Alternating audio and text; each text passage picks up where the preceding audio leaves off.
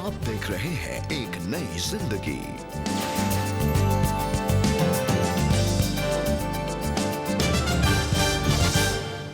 दोस्तों नमस्कार, स्वागत है आज के इस एक नई जिंदगी के कार्यक्रम में आपका। वेलकम फ्रेंड्स टू एक नई जिंदगी। और दोस्तों आज ब्रेक थ्रू सीरीज में हम बात कर रहे हैं ओबीडियंस के बारे में। आज्ञाकारिता एक शक्तिशाली हथियार है जो हमें सफलता की ओर ले जाता है, हमारे जीवन में ब्रेक थ्रू मिलने में हमारी मदद करता है। और वचन भी कहता है obedience is better than sacrifice. Absolutely, sacrifice हो सकता है कि हम लोग कभी कदार उस मंशा से भी करें कि हमारे सेल्फिश रीजंस पूरे हों, मगर ओबीडियंस में सिर्फ ओबीडियंस प्रभु के ही प्रति होगी। और प्रभु का वचन भी बोलता है when we are delighting in the Lord he will fulfil the desires of our heart. तो डिलाइटिंग का मतलब है कि हम पूरे तरीके से प्रभु में ओबे कर रहे हैं, तो उस हिसाब से जो डिजायर्स हैं हमारे प्रभु के डिजायर्स बन जाएंगे, तो वो भी पूरे ही होंगे। जी हाँ दोस्तों, कितनी सुंदर ये बात है कि हम परमेश्वर के बताए गए मार्गों पर अपने जीवन को चलाएं। Let us be obedient to him. हम उसके प्रति आज्ञाकारी हों और फिर हम अपने जीवन में ब्रेक थ्रूज को देखेंगे। आइए समय हम देखें आज के लिए पहचान कौन क्विज।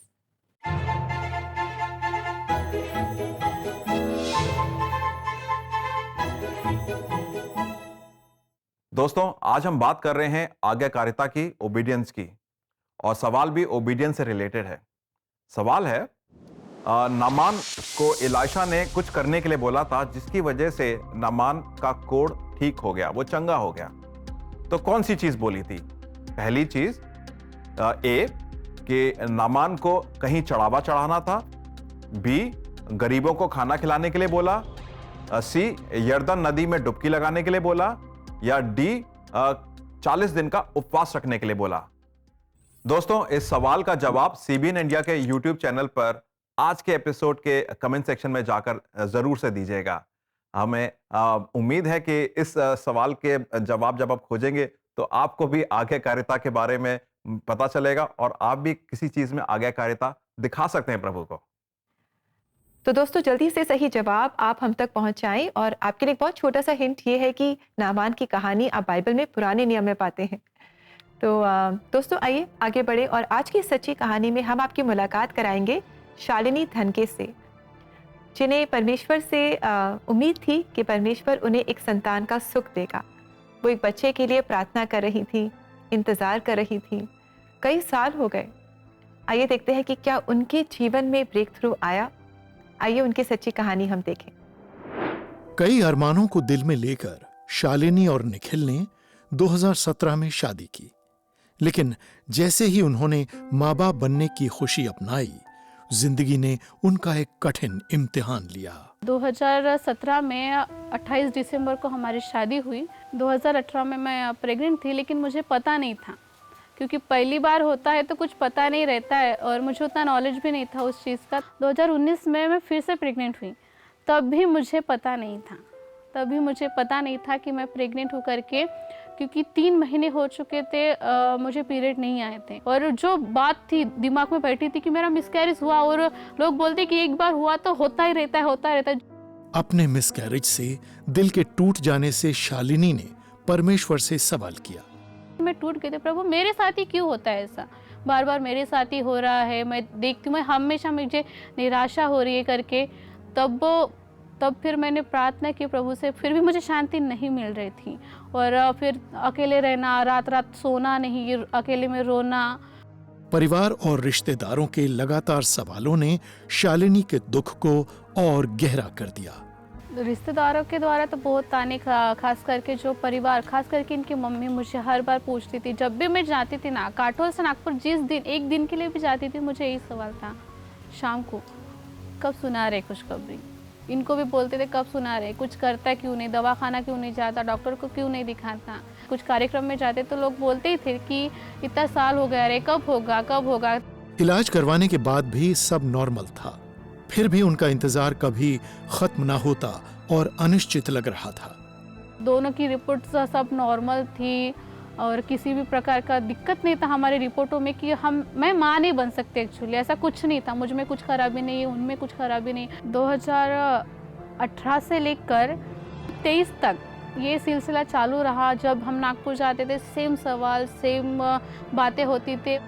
उनके दुख को देख एक पास्टर ने उन्हें प्रोत्साहन दिया और जब शालिनी अपनी बाइबल पढ़ने लगी तो वचन उनके लिए एक मजबूत सहारा बन गया। जैसे अभी मैंने बोला कि गर्भ का फल यहोवा की ओर से, और एक वचन था कि परमेश्वर ने कहा कि यहोवा को अपने सुख का मूल जान, वो तेरे सारे मनोरथों को पूरा करेगा। और बहुत से ऐसे वचन है जो परमेश्वर मुझे मतलब मैं बात करती थी, मैंने ऐसा भी महसूस किया प्रभु ने मुझे गले लगाया है कि उसने मुझे बोला कि मैं तुझे कभी नहीं छोड़ूंगा, मैंने कभी छोड़ूंगा ना कभी तुझे त्यागूंगा। ये जो शब्द है और ये जो विश्वास जो वचन है उस पर मैंने विश्वास किया, तो मैंने देखा कि सचमुच परमेश्वर ने मुझे गले भी लगाया, उसने मुझे संभाला भी है। 7 साल की दिल से की गई प्रार्थना के बाद शालिनी का इंतजार 2024 में खत्म हुआ जब उनको एक प्यारा बेटा प्राप्त हुआ। जब डॉक्टर ने चेक किया तो नॉर्मल थी और मैं बहुत खुश हुई। मैं ऐसा लग रहा कि जंप करूं, मैं नाचूं कूदूं, क्या करूं करके ऐसा मेरा दिल हो रहा था। हम दोनों एक तरफ एक दूसरे को देख रहे थे प्यार से, और किस तरह से बयां करे वो कुछ समझ में नहीं आ रहा था। लेकिन एक प्रभु का धन्यवाद देते देते हमारा मुंह नहीं थका कि प्रभु सच में तूने कहा और तूने दिया। आज शालिनी यीशु मसीह की आभारी हैं जो असंभव को भी संभव बना सकता है। परमेश्वर को मैं काफ़ी और कई बार धन्यवाद देना चाहती हूँ कि जो चीज़ मनुष्य के हाथ में नहीं वो परमेश्वर ने करके दिखाया। असंभव बात को परमेश्वर ने संभव किया, क्योंकि उसका वचन है कि वो असंभव को संभव करने वाला परमेश्वर है। और परमेश्वर ने सच में अपने वायदे पर खरे उतर कर हमें हमारे लिए चीज़ जो डॉक्टर ने नहीं बोला वो परमेश्वर ने करके दिखाया। इसलिए मैं परमेश्वर का कोटि कोटि धन्यवाद। अब तक नहीं, जर्मिया है तब तक नहीं, आगे तक भी इसी बात पर मैं परमेश्वर को धन्यवाद देती रहूँगी कि परमेश्वर ने हमारी प्रार्थना को सुना, हमारे सब्र को देखा और जर्मिया को हमारे जीवन में दिया। इसलिए परमेश्वर का कोटि कोटि लाखों लाखों धन्यवाद देना चाहती हूँ। दोस्तों, ये जो वेटिंग पीरियड होता है ना, जब हमें इंतज़ार करना होता है, ये आसान नहीं होता। अक्सर जब हम किसी को कभी आज्ञा मानते हैं और जल्दी से हमें अगर उसका रिस्पॉन्स मिल जाए तो हमें बड़ी खुशी होती है।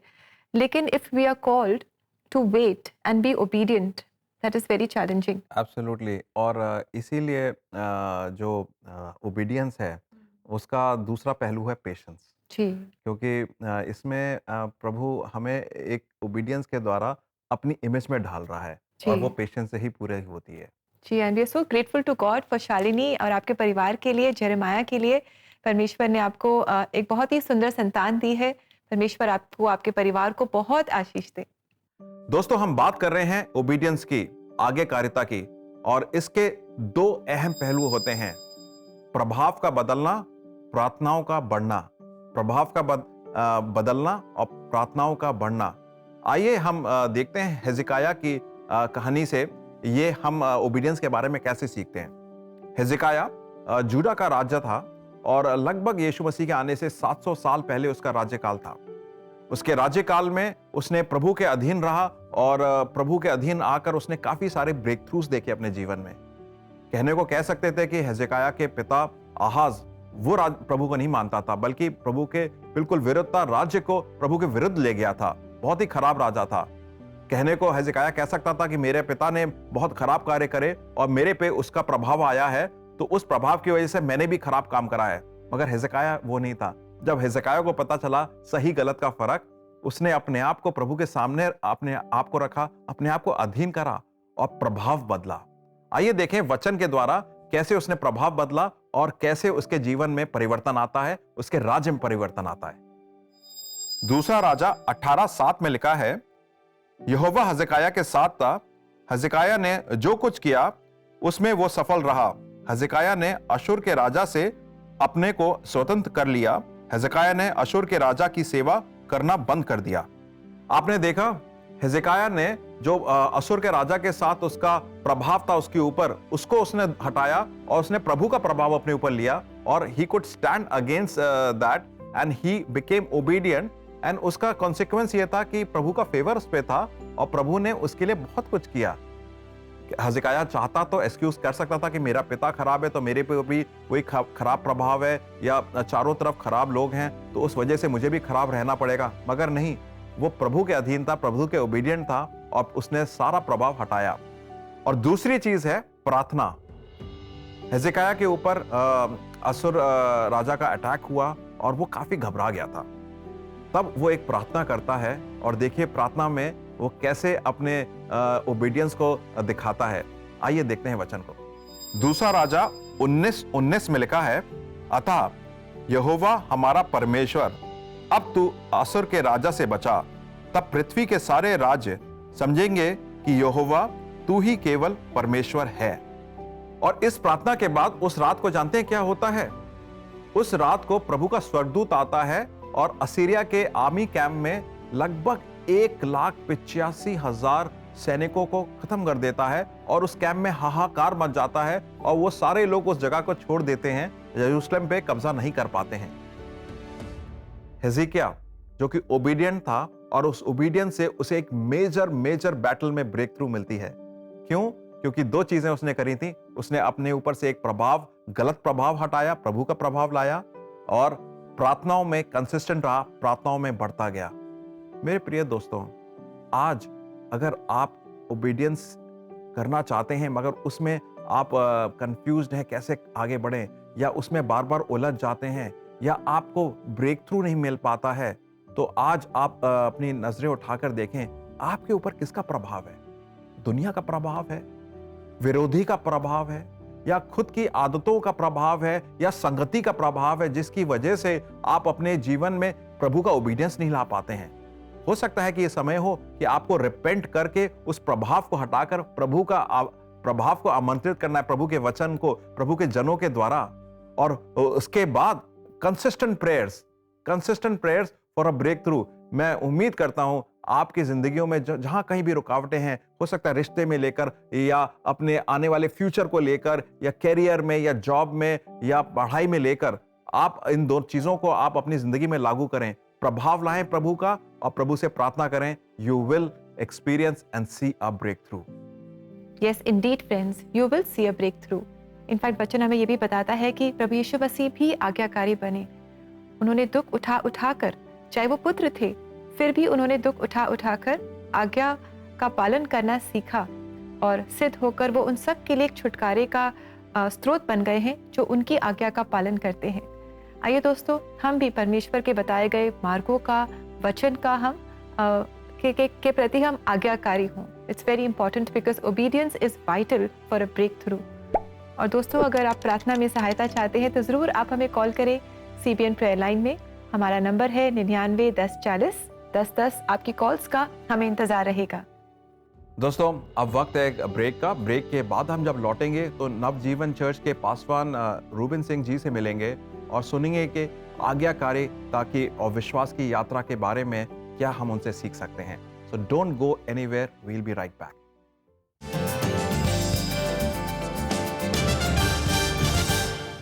एक नई जिंदगी के दर्शकों को निमंत्रण है कि आज ही आप एक नई जिंदगी के परिवार में जुड़ें। आप एक नई जिंदगी प्रोग्राम को टीवी और डिजिटल मीडिया प्लेटफॉर्म के द्वारा हर घर तक पहुंचाएं, और ऐसा करने के लिए आप हर महीने योगदान दे सकते हैं। और अपना योगदान हम तक पहुंचाने के लिए आप स्क्रीन पर आए QR कोड को स्कैन करें और आज ही एक नई जिंदगी परिवार में आप शामिल हों। Premiering on national TV, Saint John's Evangelical Lutheran Church, Chhindwara, Madhya Pradesh.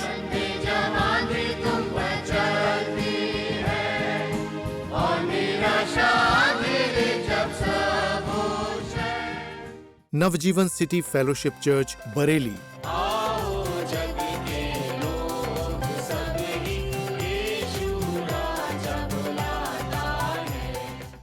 CNI City Church, Farrukhabad, Uttar प्रदेश।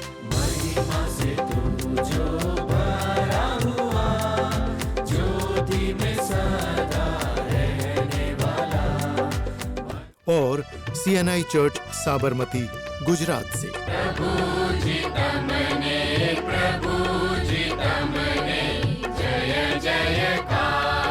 इन नए गीतों को पहली बार देखें सिर्फ एक नई जिंदगी, कलर्स टीवी और CBN इंडिया YouTube पर। अगर आप भी देश के हर गिरजे से कॉर्स रिकॉर्ड करने में हमारी सहायता करना चाहते हैं, please give to CBN।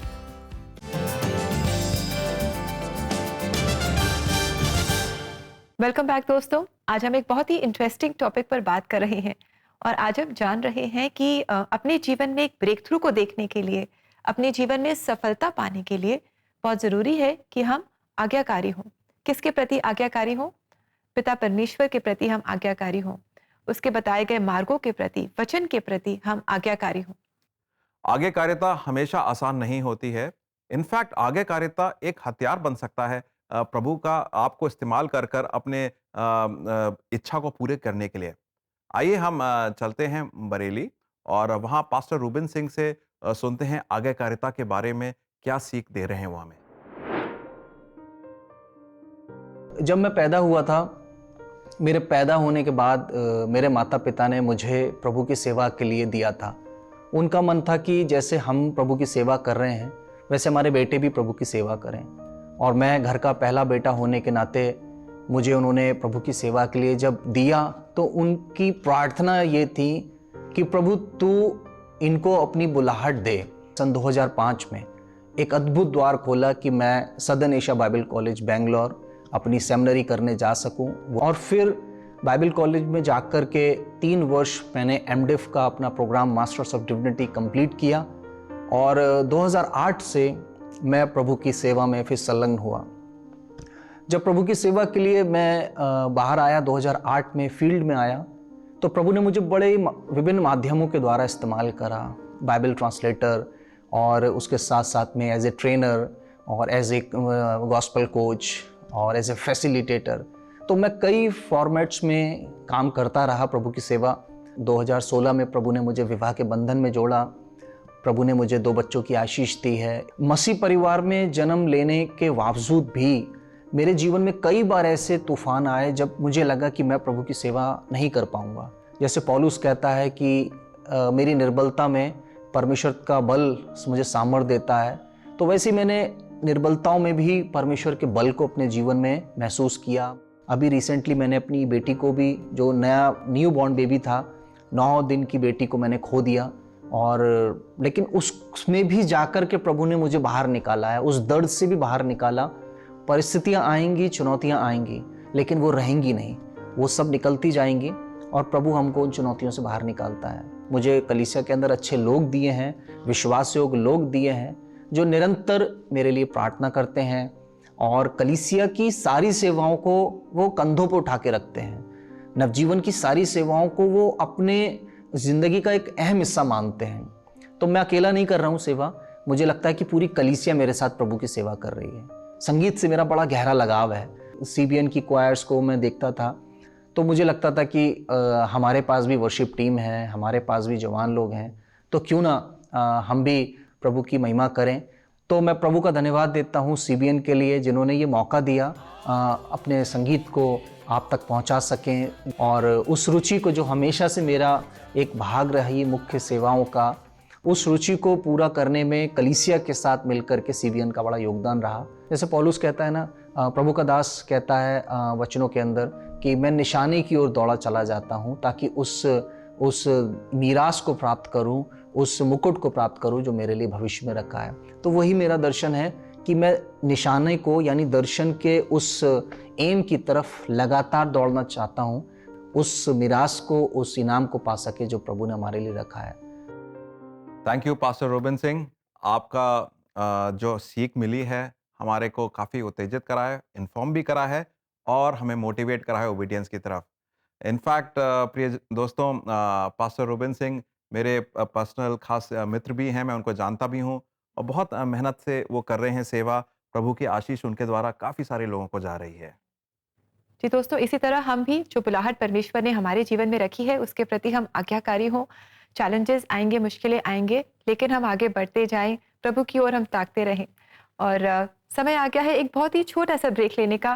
Break के बाद आप और हम मिलकर प्रार्थना करेंगे। आप कहीं मत जाइएगा, we will be right back.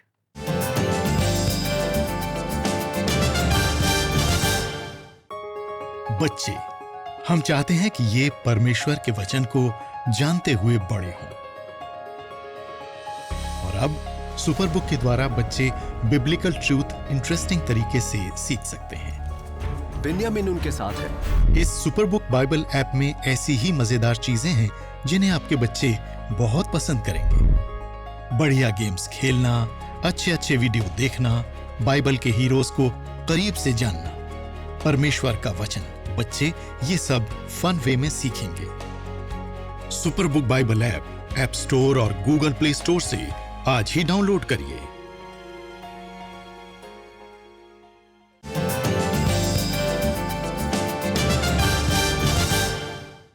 Welcome back दोस्तों। आज एक नई जिंदगी प्रोग्राम में हम बात कर रहे हैं आज्ञाकारिता के बारे में, और हम जान रहे हैं कि जब हम अपने जीवन में परमेश्वर के प्रति आज्ञाकारी होते हैं तब हम अपने जीवन में ब्रेक थ्रूज को अनुभव करते हैं।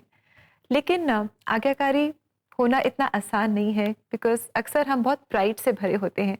हमारे जीवन में बहुत प्राइड होता है जो हमें प्रिवेंट करता है, हमें रोकता है टू बी ओबीडियंट। लेकिन फिलिपियों में हम पढ़ते हैं उसके 2 और 8वें वचन में कि how the Lord Jesus Christ, he humbled himself, he became a man, he humbled himself, he took the form of a servant, and he humbled himself and became obedient to the point of death on the cross. And क्रूस पर इतनी दर्दनाक और भयानक और इतनी शर्मनाक मृत्यु को भी उस परमेश्वर ने, जिसने पूरी दुनिया की सृष्टि करी है, ले लिया। आप समझ सकते हैं ओबीडियंस की परिभाषा, प्रेम की परिभाषा क्या हो जी। सकती है। दोस्तों, जैसे रेबेका ने बताया कि ओबीडियंस की परिभाषा तो हमें प्रभु यीशु मसीह से ही मिलती है, और वो परिभाषा के लिए सबसे बड़ी चीज़ है कि हमें दीन होना पड़ेगा, हम्बल होना पड़ेगा। अहंकार, प्राइड, उसको हमें, उसके प्रभाव को हमें अपने आप से दूर करना पड़ेगा। आइए दोस्तों, हम प्रार्थना में चलें और क्यों ना प्रभु से मांगें कि हमें आप आज्ञाकारी बनाएं, मगर दीनता से आज्ञाकारी बनाएं। दीन बने रहने की वजह से हम आज्ञाकारी बने। आइए हम लोग प्रार्थना करें। धन्यवाद देते हैं प्रभु यीशु मसीह के एग्जाम्पल का, जो कि इंसान बने, इंसान के साथ साथ सिर्फ इंसान ही नहीं बल्कि सर्वेंट बने, सर्वेंट ही नहीं बल्कि क्रूस पर दर्दनाक और भयानक और शर्मनाक मृत्यु को भी सहा, सिर्फ इसलिए कि मैं और मेरे मित्रगण, जितने लोग हम यहाँ जुड़े हैं, हम लोग पाप से दूर हो जाएं। उन्होंने पाप अपने ऊपर ले लिया और अपनी योग्यता, धार्मिकता, पवित्रता हमें सौंप दी। प्रभु जी, धन्यवाद देते हैं इस ओबीडियंस का। प्रभु जी, हम प्रार्थना करते हैं कि इस ओबीडियंस को हम भी चख सकें, इस ओबीडियंस को हम भी जी सकें। प्रभु जी, हमारे अंदर वो समझ आए कि जहाँ जहाँ पर हमें ओबीडियंट होना है, हम आपके अधीन हो। हमें अगर ओबीडियंट होना है अपने कार्यस्थलों में, जहाँ पे हम काम करते हैं, हमारे ऑफिसेस में, हमारी पढ़ाई में, प्रभु जी, हमारे रिलेशनशिप्स में, तो प्रभु जी हम आपके अधीन होकर ओबीडियंट हों। हमारी मैरिजेस में, शादियों में, जहाँ पर हम लोग दुनिया के प्रभाव से मैरिजेस चलाते हैं, बजाय उसके कि हम आपके प्रभाव से, आपकी ओबीडियंस में मैरिजेस को जी सकें। प्रभु जी, मैं प्रार्थना करता हूँ कि हमारे बच्चे जो हैं, वो बच्चे आपके अधीन होकर आपकी ओबीडियंस में बड़े हों। प्रभु जी, प्रभु जी, हमें फाइनेंसेस में ओबीडियंस मिले, फाइनेंसेस में हम डिसीजंस लें तो वो आपके अधीन होकर डिसीजंस ले सकें। प्रभु जी, मैं प्रार्थना करता हूं कि इस ओबीडियंस को प्रभु जी अपना हथियार बनाकर अपनी राज्य की घोषणा करें, स्थापना करें, और अपनी राज्य की महिमा और आपकी महिमा मिले, और इस ओबीडियंस के थ्रू राज्य के लिए एक हमें बहुत महत्वपूर्ण ब्रेक थ्रू मिले। ये सारी प्रार्थनाएं हम मांगते हैं प्रभु यीशु मसीह के नाम से, आमीन। आमीन। दोस्तों, आगे कार्यता कठिन होती है, मगर प्रभु के सामर्थ्य से ये मुमकिन है। जी हाँ दोस्तों, और शायद ये कहना गलत नहीं है कि our obedience is directly proportional to our faith. हम जितना परमेश्वर पर विश्वास करेंगे, उतना ही हम आज्ञाकारी होंगे उनकी आज्ञाओं के प्रति, वचन के प्रति, उनके प्रति। तो आइए दोस्तों, हम वचन पढ़े, प्रार्थना करने वाले लोग हों, और जैसे जैसे हम वचन को पढ़ते जाएंगे, वैसे वैसे हम परमेश्वर को और जानेंगे और उनके प्रति हम आज्ञाकारी होंगे। आइए देखिए आज के लिए परमेश्वर का जीवित वचन।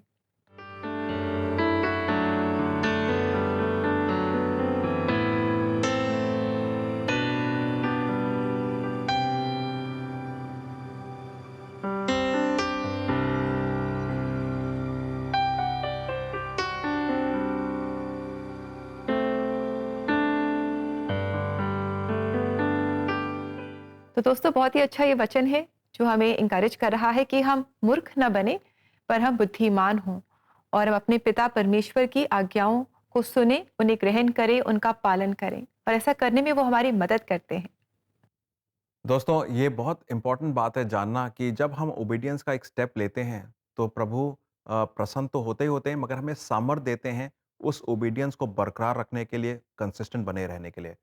शालिनी की ज़िंदगी से हमने देखा, आज हमने पास्टर रूबिन सिंह से सीख ली ओबीडियंस के बारे में, और वचन से भी हमने ये जाना। मैं उम्मीद करता हूँ कि ओबीडियंस के बारे में आप बढ़ते ही रहेंगे प्रभु के समझ में, अपने प्रभाव में और अपनी प्रार्थनाओं में। और दोस्तों इसी के साथ समय आ गया है आपसे इजाजत लेने का, और आज जाते जाते हम सुनेंगे ये गीत क्रूस पे खास।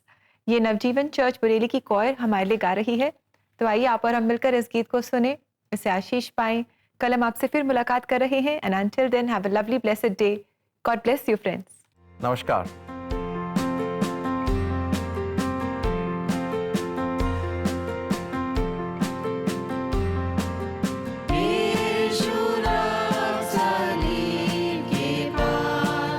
चश्मा